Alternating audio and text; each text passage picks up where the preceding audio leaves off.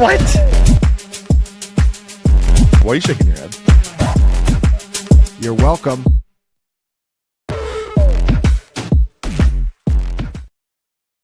Welcome, everybody. Tuesday night, Dynasty Points. Lots to talk about this week. Going to have some fun with this program.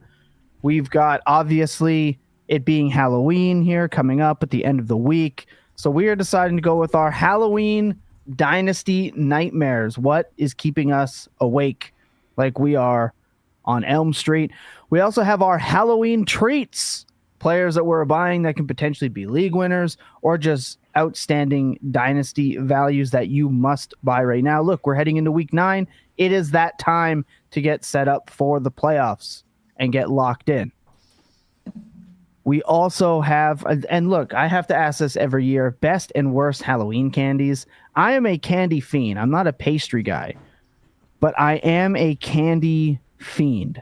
So I want to ask everybody, as I always do, what their favorite Halloween candies are. So here we go. That's what we got for today.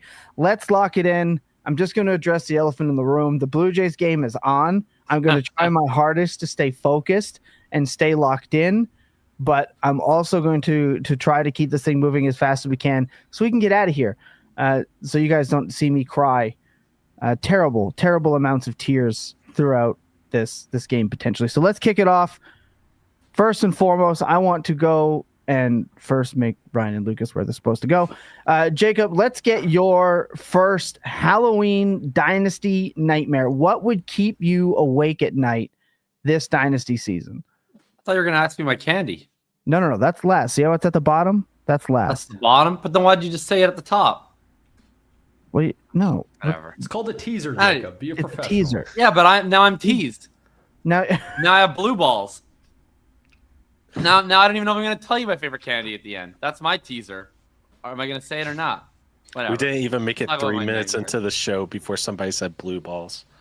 Oh, it's going to be a good day. Yeah, I hope the Toronto Blue Balls win Game 4 of the World Series today. All right. All right.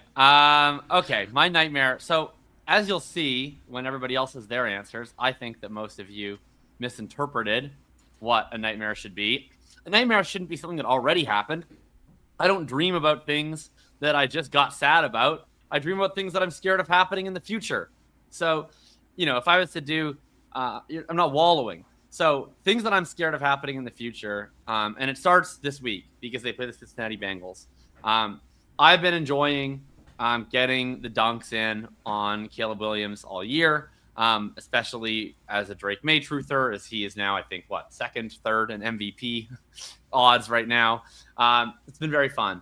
But I actually think that the pendulum is going to shift, I think, in a little bit. They've got the run game completely figured out. I think people expected this Baltimore game to be an eruption spot, not realizing that actually Baltimore had gotten like 3 All-Pros back in the previous 2 weeks, and the defense got completely embarrassed for a few weeks, was not really the defense that was on the field.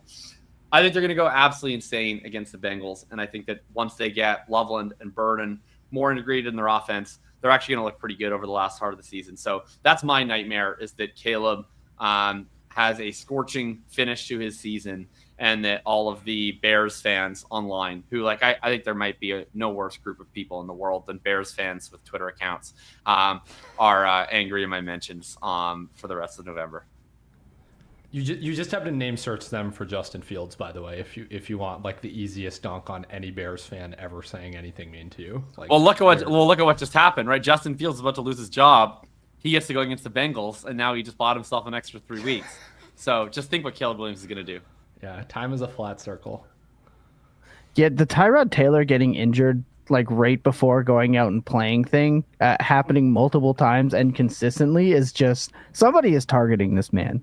Seriously, how many times could this happen? Yeah, the Caleb Williams stuff is interesting. I think you were right with the people in the Baltimore, the defense stuff. But to be fair, a lot of those guys were healthy and they were still terrible. But I don't think they've just magically fixed this defense at all. I understand that for you and your mentions being quite psychotic, that is indeed a nightmare. Lucas, what do you have? What are you fearing for the Dynasty season that keeps you up? Freddie is coming to pay you a visit. not Freddie Freeman for you all, but No, that's true. Oh, boo, mute, sorry, eliminate. sorry. As It's a okay, Braves Lucas. fan, Yeah, Hey. Lucas is just sad they didn't re-sign him. The guy they got with the rest, that's my true nightmare is that the Braves continue to do things that make no sense in the name of saving money.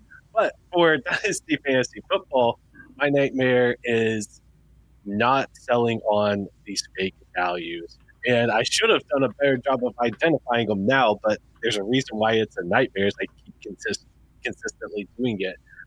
Sam Howell was, looking back on it, the most obvious sell that ever existed, whenever you could sell him for more than a one at one point in time. And you know how many of my rosters he was just riding the bench on, and I didn't do a single thing about it. And now I have to live with that for a very long time. Same with James Robinson. That should have been such an obvious sell to me. And it was fun because I at least got to relive some of that stuff and picking him up for free and him being amazing. And then Travis Etienne promptly getting drafted, and James Robinson didn't matter at all ever again, and breaks my heart.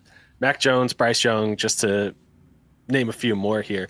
But as we're going into these playoffs, if there are players like these that are just so obvious that you should be trying to sell them as soon as possible, because they're not going to retain their value moving forward, because they're either easily replaceable based off of the amount of investment that the team has in them, or because they are in a position to where they might be producing, but they do not have the prototypical sort of profile that moves forward, like the Mac Jones. Why were people investing in a pocket passer who wasn't actually like that great? And that was who people wanted to be their quarterback two. He was a priority quarterback two, the most quarterback two of quarterback twos for Superflex leagues, and people were buying him like crazy. Similar to Bryce Young at the end of last season, he goes on a tear, and all off season you had opportunities to move him, and did it because like what was he going to be? Like he's a pocket passer who has clear deficiencies and had lots of opportunities to move on from those shares. They didn't. We could potentially do CJ Stroud, but I think that that's not quite the best way of using this. And I think this year it might be Tyrone Tracy Jr., especially at the end of this season. He has a really good possibility of going on a run. If he has a good week next week, he's on a rebuilding team. Try to move him as soon as possible. I don't think that there's a really good position next year where you're going to be able to get even close to the same amount of value. And that's somebody that or the pick that you get back is somebody that you can add to your roster and really help out the rest of your team. Yeah, the Tyrone Tracy Jr. thing is like being in a nightmare, waking up thinking that you're out of it, only to realize that you're still in a nightmare because you may not have the opportunity to sell him again while you have the opportunity. Do you know how many TTJ shares that I wasn't able to get rid of and then immediately tried to go and sell for two and got laughed out of the room? It's like I'm going to be stuck in that Tyrone Tracy Jr. nightmare for quite a while. Ryan, what's keeping you up at night? Yeah, so the only reason I'm going with this one, even though it's like a week or two stale now, is because we just talked about rookies the entire show last week, so I didn't get a chance to complain about it. But the Mike Evans injury is like brutal. Like this is a guy that has been valued in between like round 7 and round 10 of startups. At each of the last 3 or 4 years, he has done nothing but produce as a wide receiver one in that time. He's just like the most... Every single year, book it. Like he's just going to produce above the value that you needed to acquire him on a contender, and instantly gets injured. The second I start saying, okay, you know what, Mike Evans, I'll take him in startups. I'll trade for him on contenders. I am done being the guy that says Mike Evans can't possibly catch so many touchdowns again. I'm just going to do it.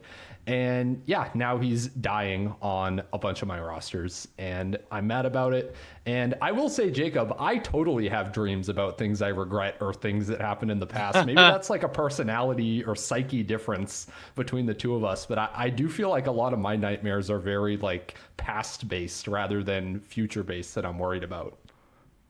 I do I don't really like keep myself up at night thinking of like really stupid things that I've done, but I definitely do the shower yell. Right? Does everyone know the shower yell? You're having a shower, you're sitting there, and all of a sudden you get like a flashback because you said something embarrassing in like the 7th grade in front of someone, and just go, ah, and then it's just gone. That's what I do. That's that. Like I have the shower scream. So I get that. I do. What would keep me up at night is, look, the JCM stuff has been a long, winding road for me. I go for my birthday, right? I celebrate turning 37, and I'm watching baseball with my wife. And Jacob says something nice and sweet about it. It was very nice, very kind. And all I see in the comments are, of course, he's gone for the JCM game. The JCM game, he misses it, and he doesn't want to be here. And then we get 3 consecutive duds and all but, 2 games on the season. You can give him the 10-pointer, sure. Have been, kind of what we thought. The low expected fantasy points role that Brian Robinson was in. My fear is that I take a victory lap at this moment because I'm talking about it. Then week 11 comes, and he gets the Miami Dolphins, and he scores 48 points. Then the bye week. And then maybe he slows down versus Denver and Minnesota and not the Giants, but someone's going to play him in the championship game, week 17 against Dallas. And all offseason, I'm going to have nothing but my mentions filled with Jacory Croskey-Merritt discourse, even though we've gone over it multiple times, and how I feel, and the back and forth. And we've had in-depth based takes on this topic.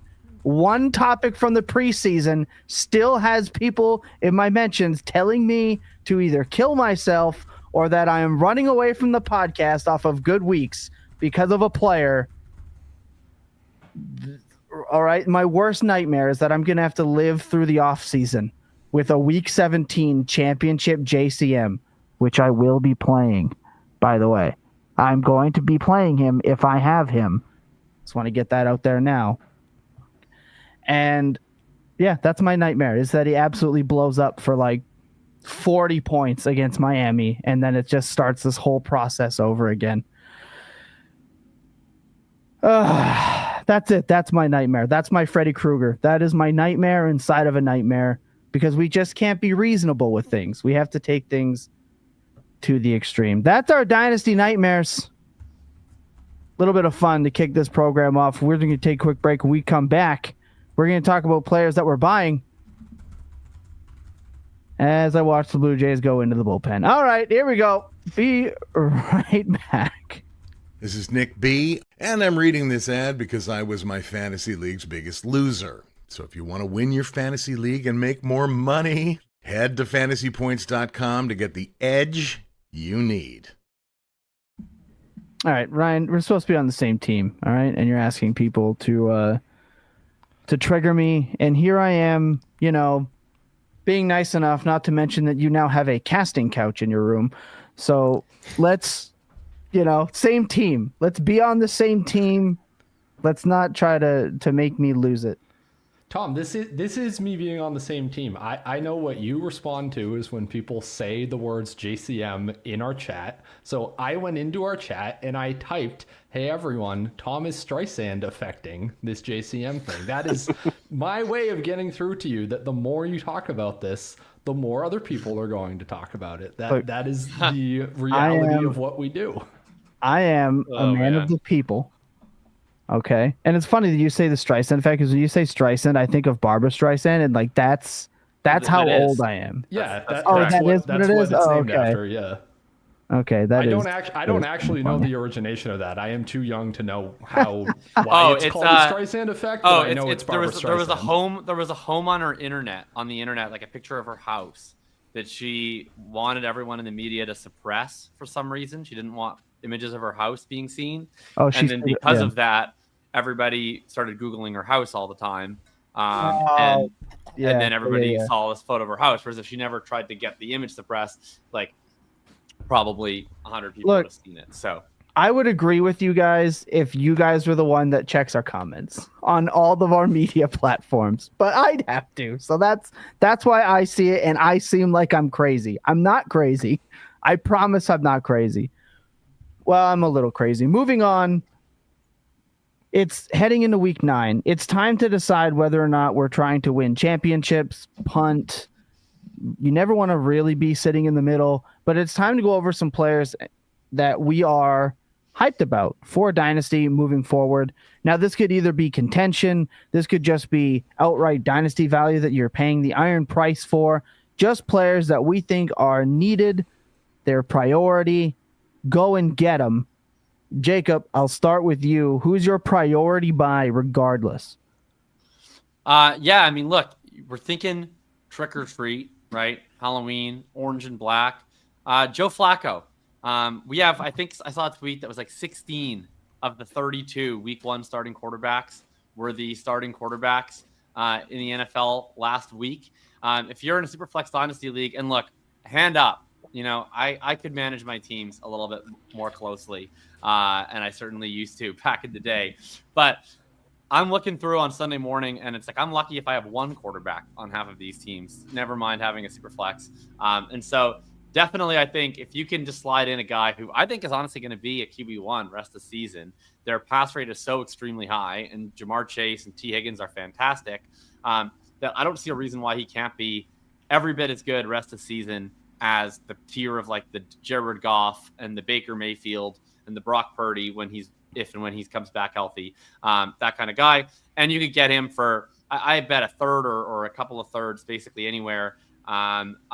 If the team doesn't desperately need his services, that would be the guy that I would make sure to go and prioritize. It feels bad sometimes doing the short-term buy. I think that could help a ton of teams. I'd be happy to do it.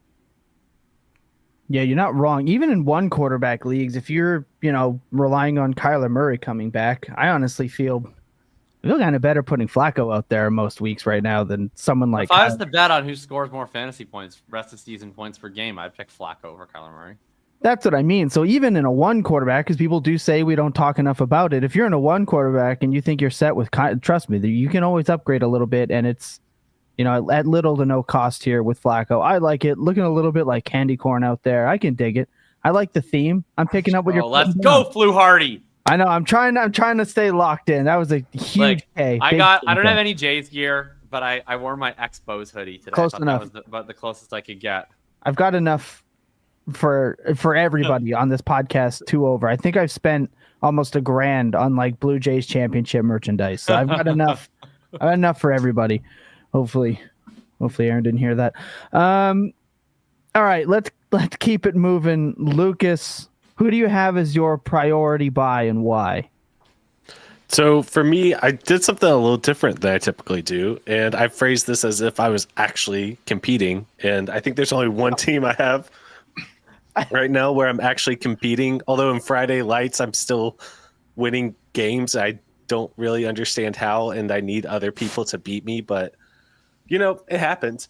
The player that you should be buying right now, if you can get him for anything other than a top 5 wide receiver price, is Rashee Rice. This guy is just legit. Coming back from the injury, coming back from the suspension, he is flat out dominated since he's gotten back. And this isn't like it's just like some type of fluke. We saw it last year before he went down. We saw it in his rookie season how he was getting better week after week and just closed on an incredible run. It was Amon-Ra St. Brown like for what he's been doing. And I think by the end of the season, it's going to be too late if you want any shares of him, but don't want to pay what we've been paying for Justin Jefferson, what we've been paying for Jamar Chase. This is a guy whose fantasy points per route run as of 2025 are more like he has more fantasy points than he has route runs at this point. And that's just absurd to think about. Like just ridiculous. Is that true? I think that's true? Yes. I'm pretty sure it is. Yes. Like is insane. And this is somebody who's like not even like completely fully integrated back into the offense too. And it could have been even more last night. What he had like 2 times that he got stopped on the 1 yard line, or I might be picturing other things here. He didn't help me win one of my leagues, and so I'm a little sad. No, I was tilting in our podcast group chat over him getting tackled at like the 2-inch line. I thought that I was tilting in my chat with Jacob and Scott with our main event team where we have Rashee Rice, but it turned out it was this chat. But yeah, either way, I was also tilting that. Yes. So this is he's just elite, and if I can trade Malik Neighbors for Rashee Rice right now, I'm doing it. Like, I'm willing to do it. If I'm on a contending team, I lost Malik Neighbors and I wasn't able to replace that production beforehand. I'm sending that offer out to whoever has Rashee Rice. Because if you're in the position to where you feel like you should be going out, you should be able to potentially win this thing at the end. Without Rashee Rice, you're one of the top, without Malik Neighbors, you're one of the top 4 teams. With Rashee Rice, you can be the top team in your league. He's that freaking good, and I want that production on my roster. And, Tom agrees with me. Thank you, Tom. I appreciate that. Not only do I agree with you, but I'm seeing Anthony Banda warm up, and there's no better feeling than watching Banda warm up in the bullpen. No, I'm surprised that you're going with the Neighbors call, but for anyone wondering, it's like, oh, it's Rashee Rice, bro. No one's trading him. Let's have a look. Cam Scatterbo, a 26-1 and a 27-2 is a trade that just recently went down on one of the consolidation sites, and that's an easy Rashee Rice. I don't think either of us are ever turning that down, any of us. Garrett Wilson in a 1 for Rashee and Harvey. I'm sure most of us are confident that is definitely going to be the Rashee Rice side. Let's go, Ernie. And then, of course, before the game, Rashee Rice and Wandale for Malik Neighbors, a 2nd and a 3rd. So that just seems to kind of be the price. We've got Rashee Rice or Rome Odunze and Khalil Shakir. So I know a lot of people will say, not in our league, bro. No one's trading him.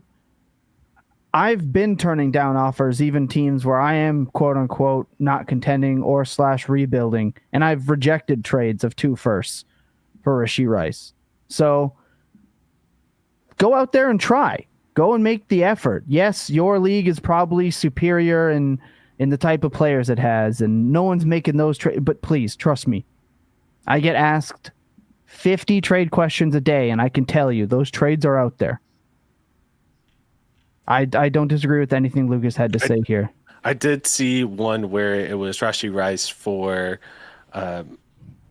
Malik Neighbors in a 2nd, and that one I was looking at, and that would be so tough for me to pull the trigger on, but I think I might do it. If you really think that your team is like that close to contending, you have somebody who, as talented as Malik Neighbors is, he's on the bench, he's going to be coming off of an ACL next season, and I think the New York situation's pretty good. You have that production right now. You're going to have a top 10 wide receiver production, moving forward, at least through next year. We've heard rumblings that Kansas City might want to move on from Rashee Rice after his rookie contract. If he's producing like this, I have no idea how they're even possibly considering that. But if they do, fine, he'll go be awesome somewhere else. Like, the only concern that you have in his profile is that he spanks zone coverage so hard, and he's just like merely mortal against man. But during his rookie season, he was really, really good against man. He's only seen 11 routes against it this year. So, we'll see if that really like rounds into form. But this is an elite wide receiver. I think he's going to be top 5 drafted wide receiver whenever we're doing our startups next season. He is so freaking good. I think it was 2 years ago I said he was going to be my pick to move up into the 2nd round of startups. And without that injury, I think we are absolutely looking at it. People want to know when our tiers, like our midseason tier shows, start to happen, because people really love those ones. They're truly chaotic. I can see a place where he's in that elite side tier. Ryan, I just have flashbacks to Jacob and I arguing Jaden Reed in the S tier of wide receivers. Michael Pittman Jr. though. Michael Pittman Jr. the GOAT. Amazing when your back's not broken how good you can be with a competent quarterback. It's truly insane. Ryan, your buy here, as I'm not going to lie. There's 2 on and nobody out. I'm about to watch this inning. But Ryan, let us know what you got. Yeah, man, I got you. I'll talk for like 5+ minutes, and you can just tune into baseball for a little bit. So this buy kind of works for either a contender or a quote unquote rebuilder. That's the nice thing about it. I think it's a guy that has a good chance to score a lot of fantasy points in the second half of the year, and also a guy whose value will skyrocket the moment he does. I've already complained about the Buccaneers, so we're going to turn it into a positive with Tez Johnson here. So over his past 3 games, 11.5, 15.8, 9.3 PPR fantasy points. Those have been the only 3 games this year that he's been at anywhere near a full-time route share. And he has been at basically a full-time route share over this period. 92% last week, the same as Emeka Egbuka. He is just playing as the Buccaneers' number 2 receiver right now. It is very likely to me that he will continue to play as the number 2 or the number 3 in terms of playing time, even if Chris Godwin comes back at some point. They had kind of played Godwin in like a 50-50 slot outside role for like really the one full game we got of him. Re-aggravated his injury. Don't really know when he's coming back. If he does, I imagine it's similar, where there are going to be 3 receivers that are above like a 75% type of route participation thing for the Buccaneers. And because that's the case, yeah, Tez is just locked into a starting role for the rest of the season. He was a kind of interesting prospect from an analytical perspective, really small, obviously, but he only ranked behind Malik Neighbors in yards per out run in 2023. Obviously, he just so far has been way more successful in the NFL than we have seen a lot of even like round 1 rookies be early in their career. Through the first 8 weeks, here were the yards per out run for a couple of interesting comparisons. Xavier Worthy also being like kind of a small, fast guy, 1.3 yards per out run through the first half of last season. Jalen McMillan, also who was on this same team, just 0.74 yards per out run through the first half of last season. And McMillan went on to average 14.5 fantasy points per game over the second half of the year in a very similar offense. So I think that Tez could at least have like the Jalen McMillan year where he plays with Baker Mayfield. Baker is awesome. He is one of the few quarterbacks that will always take these shots downfield. Tez can benefit from that. He can run hot on touchdowns as McMillan did, or maybe he's just way better, which is honestly what that kind of suggests to me so far, what we've seen in the league from him. And yeah, all we need is like another month of him producing as like a legitimate guy you can put in a starting lineup. And I think people will come to realize, hey, this is a rookie that's scoring points that's attached to Baker Mayfield. Mike Evans' future was kind of already very much in doubt. There was a lot of talk before the season of maybe this is his last ride. Is he still really into playing football after this? Chris Godwin is also just at the age where it's like he has suffered a very severe injury. He has re-aggravated it. Who's to say that Godwin is ever the same player? And Tez Johnson could just be Egbuka's like running mate, wide receiver 2 going into 2026. And that's a player that you have the chance to sell in the offseason if you feel that's necessary. Or he's just a guy you ride into the year with.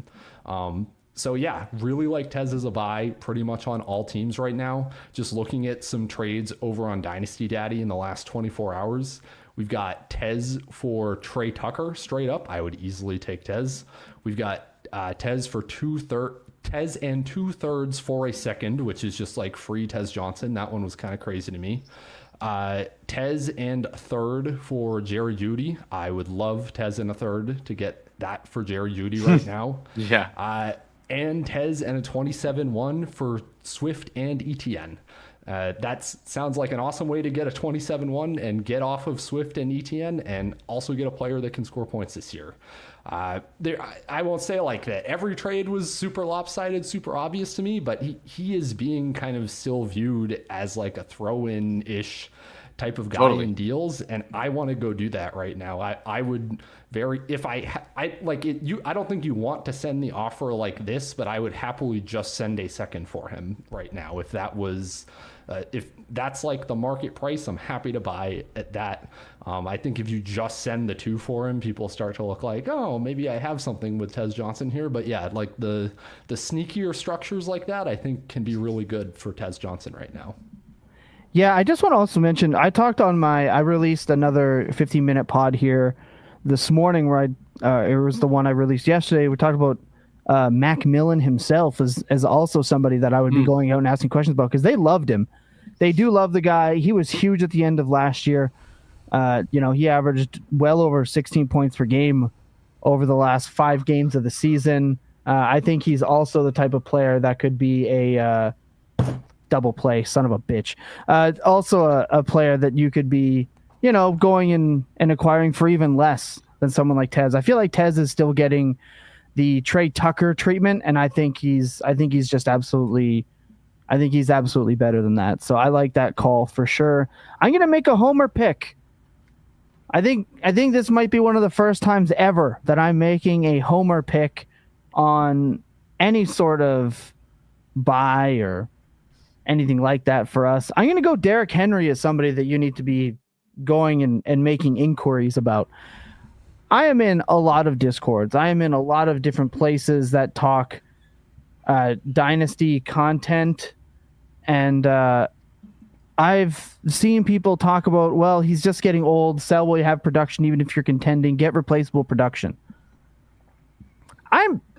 Maybe I'm off my rocker, but I don't think Derrick Henry is replaceable production at the running back position on a week-to-week basis for a team making this kind of playoff push. And I am going to steal pretty much all of this from Ryan, who said this in his write-up this week, way better than my brain could articulate it. But 22.5 carries and 17.5 expected fantasy points per game would be RB3 this year over his past 2. The Ravens are favorites for a lot of their remaining schedule. Derrick Henry's yards per carry, as we know historically, goes up every single month. That's why I love the old winter is coming, right? The Yeti, all that stuff. They're on the verge of making an insane playoff push. And I went and looked in the fantasy points data suite for fantasy points allowed to the running backs. They get the 5th most allowed in Miami, then 22, then 31, but Cleveland did get beat up a little bit by the Patriots. Then you get the Jets, who are middle of the pack. Then Cincinnati, Pittsburgh, whose defense has been terrible, Cincinnati again, New England, and then Green Bay to finish. I just refuse to believe that Derrick Henry is not having at least 800 to 900 rushing yards at the back end of the year and 10 plus touchdowns for this team to be successful. I can't do that. He's got the contract, so there's some safety. And I'm sorry, look at the production and the value of old bum-ass running backs that rely on touchdowns give you throughout the end. I'm sorry, that's more valuable than a second to me. He's just one of those players that even contending teams might want to get rid of while they can and while they're getting production. And you might be thinking, there's no way, Tom. Well, let's talk about some of those deals that have been going down. Derrick Henry from today, Derrick Henry for a 27-second. That's easy money. Carson Wentz and Kenneth Walker for Derrick Henry. That's easy Derrick Henry. A 26-1, I probably draw the line. I probably draw the line at the 1. If I'm being honest. But Keon Coleman and Cam Scatteraboo for Derrick Henry. Why is Keon Coleman still in trade offers? Why? 1 quarter, I swear, has set the wide receiver market back in that regard for a while. RJ Harvey in a 2 is probably a little bit expensive for me, but like Croskey-Merritt, Scatteraboo, and Macmillan for Derrick Henry and ETN, 2 seconds I'm pretty fine with. Caleb Johnson, a 2nd, a 3rd, and a 4th for Henry in a 2. He's very much available if those are the benchmarks for me. Even if it's an RJ Harvey straight up. You know what? I don't even mind. Just It's gonna feel like an overpay after Totally. what happened. But if you Sure. objectively look at how he scored in that game this week, he finally broke, maybe, but it's still a wishy-washy scenario in my opinion. I'll take Derrick Henry. I think he's a monster and the true definition of league winning potential.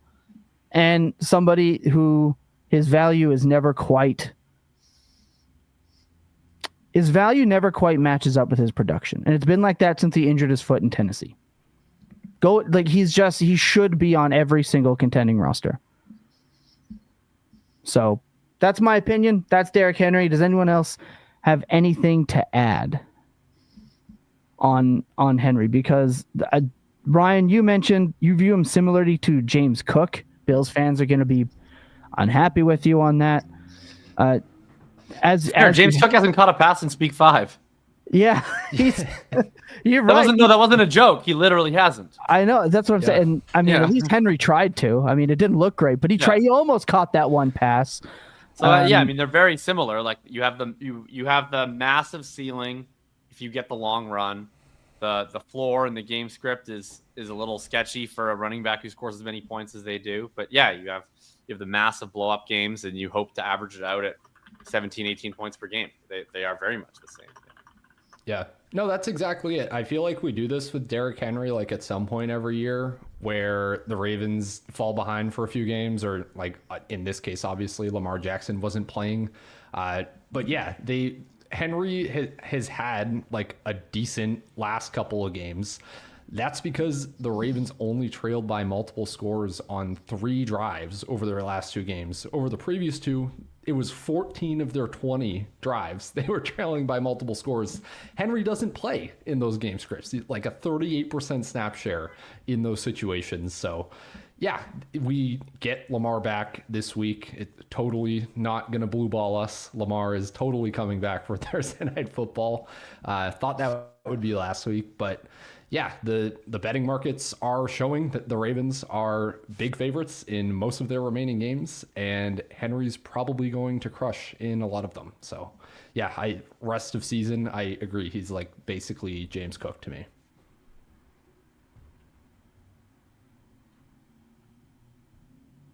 Tom, you are muted. I don't think. Sorry, I'm screaming about baseball here. I don't think he's looked bad or slow. I don't think anything has looked any different for Derrick Henry at all.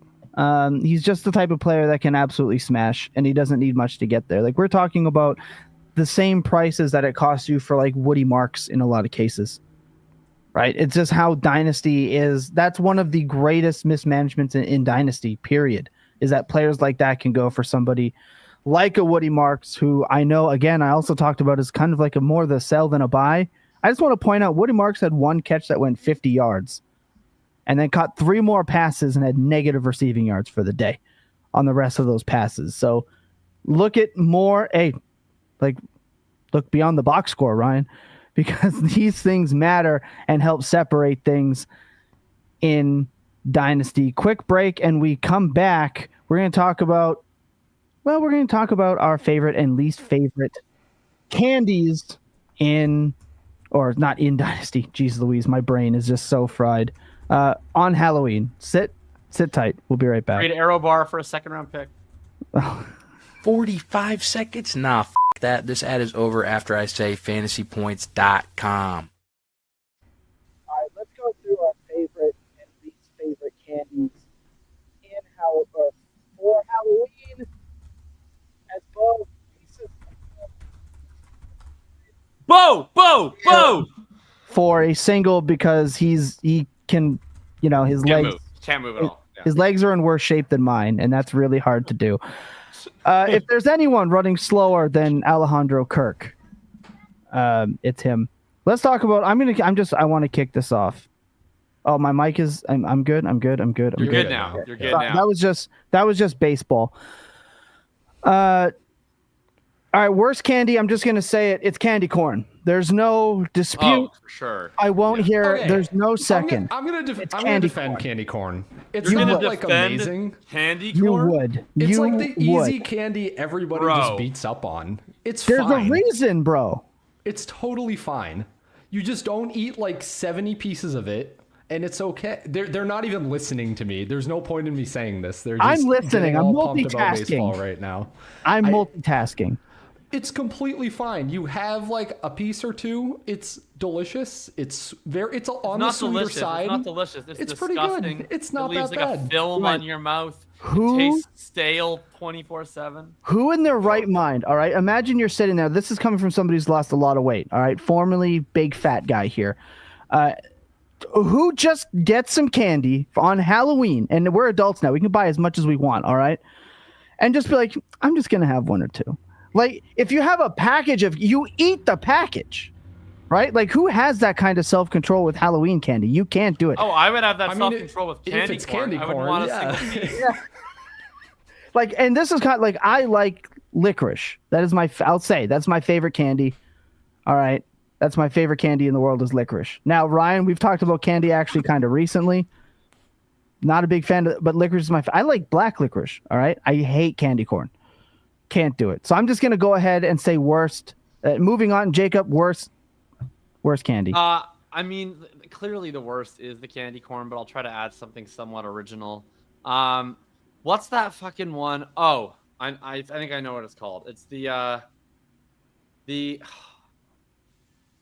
Eat More. That's what I was trying to think of. The Eat More is my least favorite chocolate What is bar. this Canadian shit I've never heard of? Eat More? Is this just Canadian? This is just for Blue Jays they fans have a candy only? that says "Eat right. More" on it. It doesn't say. Yeah. It doesn't Yeah. say like "Eat up, Fatso."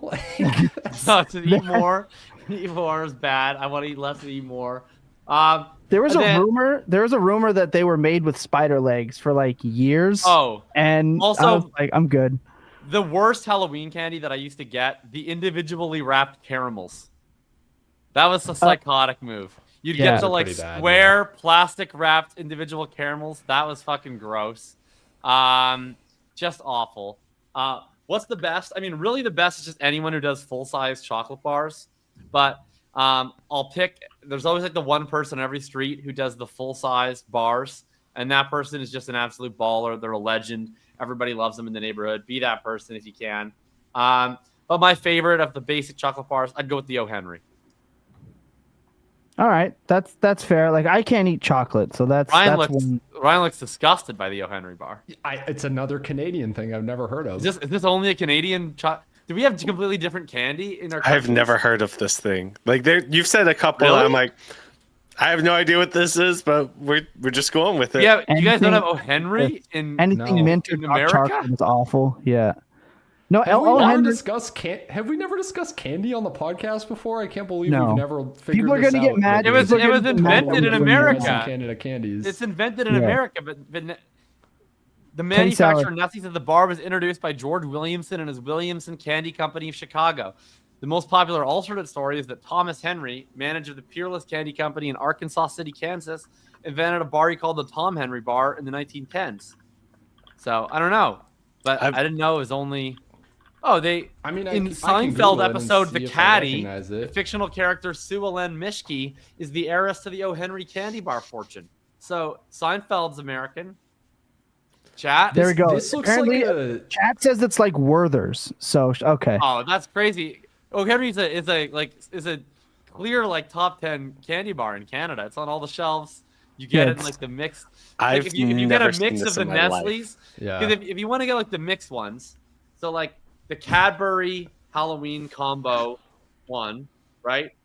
That comes with caramel, dairy milk, crispy crunch, and Wunderbar. That's in Canada. And then the Nestle version of that in Canada comes with let's see, here we go. O. Henry. Or no, it doesn't. It's the Coffee Crisp Kit Kat Aero Smarties. But O. Henry comes with something else. I don't know. Okay, interesting. All right, I dig the opinions. We're here to have a good time on this Halloween episode. So, Lucas, what is your non-Canadian favorite candy? Oh, it's the Reese's one. O. Henry's Reese's Pieces and Whoppers. There you go. Interesting. Yeah, I can honestly say I've never heard of an O. Henry bar. This looks AI generated to me. When I googled O. Okay, Henry I don't think it looks and I AI saw the generated. wrapper, Goodness. this doesn't look real. Chat's got some good opinions here. The chat's into this. All right, let's go. So I'll say What do my you got? least favorite are Almond Joys or Mounds, just because I'm not a coconut fan. So it's just they were never going to get me in the first place. Or Canada, we Tootsie call that Rolls. a bounty bar. A bounty bar. Yeah, Interesting. Tom, can you confirm? can confirm. Yep. And then Tootsie Roll is just I don't vibe with Tootsie Rolls. It's Yeah, it's Tootsie not Rolls my are gross. thing. That's fair. Favorite Come on, though. like the like different flavored ones, those are mad good. I really love candy. If you guys can't tell, I haven't ever met a candy I don't like. Look, I'll say this: I can't have chocolate, right? So candy, like my sweet tooth is crazy. I'm allergic to cocoa, so I can't do it. Oh but dang. yeah, I could when I was younger, but for some reason, as I got older, I just stopped being able to tolerate it. So So if I'm thinking like just like trick or treating candy, like the things that I hope that whenever somebody goes to the door and you're reaching in that bowl, you get. I want either pack of Skittles. They have that. I'm set. Or if they have the little mini Crunch bars, which I know is a little bit of a hot take. My wife makes fun of me all the time for actually liking Crunch bars, but that's my poison. That's what I want. okay, I respect it. Actually, I respect it. I can go next. My actual least favorite, that's not the obvious in candy corn, and I'm not sure if anybody knows what this is, but circus peanuts. Has anybody seen these things? They are I have seen these. orange creamsicle foam looking thing that always end up mashed in the bottom of the bag. They taste, I don't even know. I don't even know how to describe the texture of these things. They're like styrofoam. They look like the little styrofoam peanuts. Some of them are banana flavored. Some of them are orange flavored. They're all around nasty. And even as a fat guy, I refuse to eat them. Awful, terrible, terrible. The worst. And Yeah. As you guys can tell, I love every candy. I have seen circus peanuts before, and I have never even thought about eating one. So I am. they're with you, Tom. awful, dude. Yeah, so people are saying styrofoam chalk. Someone said, give me raisins, and we're fighting. Okay, Tom, I need to know Circus your peanuts. opinion I don't even know on what these dots. are, dude. This is the first time I'm out to lunch. They're on one. brutal. Well, You know what I do love? Lucas? Is this is a crazy take, but I love a glacette chocolate peanut. Okay. Yeah. My wife likes That also just Canada. Do we have completely different Yeah, candy? never Like heard of this. we share like Mhm. all of our culture and food except for just Halloween candy. Like we're Yeah. just completely like our countries just have 700% tariffs on Halloween candy. Raisinets. I've seen Separate- raisinets. Yeah, glacette raisins, almonds, and peanuts. That's I like it can as a I- movie snack. I'll go with my pull and peel. my favorite that isn't Twizzlers, because I know like people honestly don't like Twizzlers that much. Twizzlers are the worst of the licorice. My favorite candy, bro. I'll take Twizzlers, stick them in the freezer. I'm good. And I won't go wine gums because Maynard wine gums is my second favorite. But my actual favorite is Gushers. If you give me fruit Gushers in my Halloween Those are so candy, good. I'm coming back.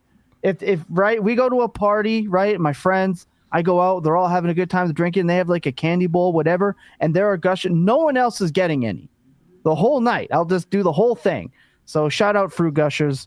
Those are my actual favorites. Tom, Lucas, what were is you your gonna ask? thought on dots? Because I saw Josh Gillum in here asked about them, and it's something that I forget about because they're just the worst things that I've ever had in my life as candy, so I don't ever remember them.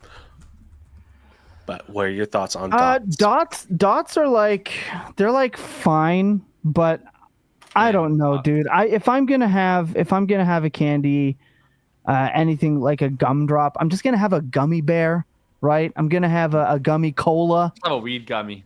I'll pop an edible for sure. Get a hashable. Dots are like what you would get from your grandparents, I imagine, if I had any, right? So I used to that's get not cinnamon hearts from my grandparents. cinnamon hearts. Yeah, that's a common one. Yeah. All right, Ryan, last one before we send everybody out with Halloween candy. Okay, the worst one that I'm surprised. I don't think anyone has even mentioned it yet. Whoppers.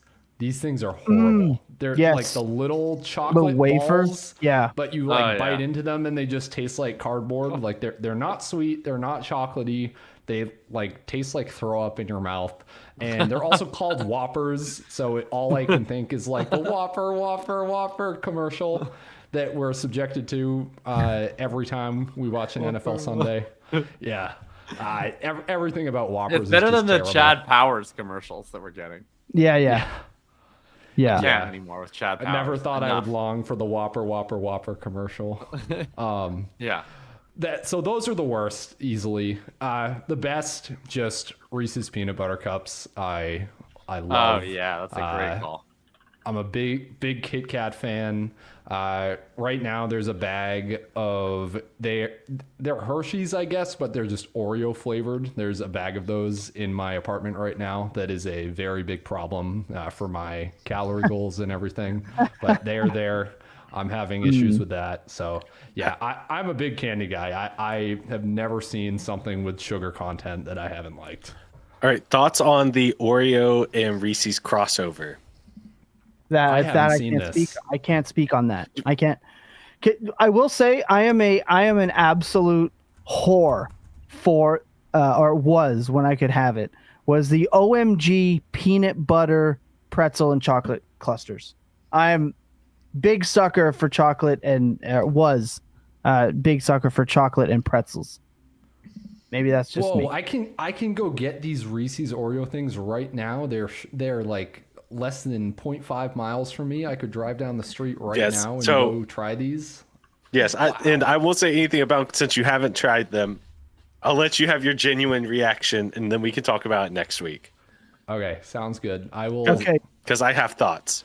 So before we get out of here, last do thing that. on Lucas's request, because we're just having fun here to end this program, but Lucas wants to do our favorite discontinued candy. So could we give our quick favorite discontinued candy if you got one? Lucas, what do you got? So mine, it's not even a Halloween candy, but because we keep talking about it, my favorite discontinued candy are Shockers. And I know that, Willy Wonka, he puts out his sweet tarts, but they're the sour kinds. It's not the same. It has not been the same since I was a little kid with those freaking Shockers, just because I love sour candy. That was my favorite for years and years and years. I respect it. I miss them so much. I respect the ball knowledge there for sure. I'm going to go Bazooka Joe. Bazooka Joe gum is still kind of around, but it is nowhere near the same. But specifically the blue raspberry Bazooka Joe bubblegum no longer exists. And when I played baseball, let me tell you, me and Bazooka Joe were well acquainted every time I was on the mound. Jacob, Ryan, you guys got a discontinued candy? If not, it's fine. I'm trying to remember. This isn't a discontinued candy at all, but I just can't think of any discontinued candies. So I'll just randomly say the one thing that used to be like something sweet that I used to love that has been discontinued is Gatorade Rain. I really miss you, Gatorade Rain. Yes, underrated Gatorade flavor. Gatorade Rain. I like it. Ryan? I'm just like, I don't know if I'm too young to remember discontinued candy. Ooh, or Butterfinger what. BBs. Oh, yeah. There's like, the only thing I've seen on this list so far that I remember is Jawbreakers. Those were kind of fun, I guess. Yeah, shout out whatever movie it was that made those not able to be had anymore. I can't remember what movie that was. You guys remember? I just know them from Ed, Ed, and Eddie. That's the only thing I remember about Jawbreakers. There's a movie where like they put a jawbreaker in someone's mouth and they died, and it was like this whole murder cover up. I don't remember what it was, but after that, I know that in my local area, like parents freaked out about jawbreakers, and you like weren't allowed to have them anymore. Chat, that is a quest for you guys. What was the name of that? Anyway, yeah, the powerhouse spot. Oh yeah, another good one. Chat. Tom, you're super underwater. Tom, you went underwater. My bad, everybody. My Now you're back. Now you're back. Yeah, my computer Never knows. last long. My computer knows what I'm trying to go and do. The movie was named Jawbreaker. There we go. See, that's why I get it. All right, there you go. Shout out to the chat. You guys are a lot of fun. Shorter episode. We wanted to have some fun, give you some actionable advice. We love you guys. Thank you for tuning in. Leave comments. I'll be in there answering the questions. Shout out to you guys for listening, not just listening, but making the mini pod that I have been doing, really grow, and some great feedback. You can leave me some feedback, both positive and negative, as always. And we'll use it. We look forward. We will be starting our mid-season positional tier shows. The next 4 weeks are going to be those shows. So lock in and get ready. They're chaotic. They're hectic. They're long. We love it. Oh yeah. Thank you guys. Weekly picks. We'll do the weekly picks. We'll update everybody next week. I got to get out of here. Weekly picks. We've all made them at least this time. So they will. Why don't we can say the names. It's going to take 30 seconds. I take Trevor, Bam, Downs, Loveland, Tom took Tui, Tua, JCM, Troy Franklin, Mark Andrews, Ryan took Sam Darnold, Kareem Hunt, Romeo Dobbs, Theo Johnson, Lucas took Aaron Rodgers, RJ Harvey, Keyshawn Booty, Zach Ertz. Look at that. That took 20 seconds. Yeah, taking JCM after talking about him early, it's just literally manifesting my worst nightmare, putting it to action. But all right, everybody, shout out to you guys for listening. We love you guys, honestly. So what would you rather, win all your leagues or Blue Jays in 7? It's Blue Jays in 7. I'll have another year to win Dynasty championships. I don't know if I'll ever get to see another Toronto sports team win a finals ever. So I'll take Blue Jays in 7. That being said, we love you guys. Thanks for tuning in. We'll see you guys next week. Remember that clear eyes and full hearts can never lose at your best days. Always spend tilting. What? Why are you shaking your head? You're welcome.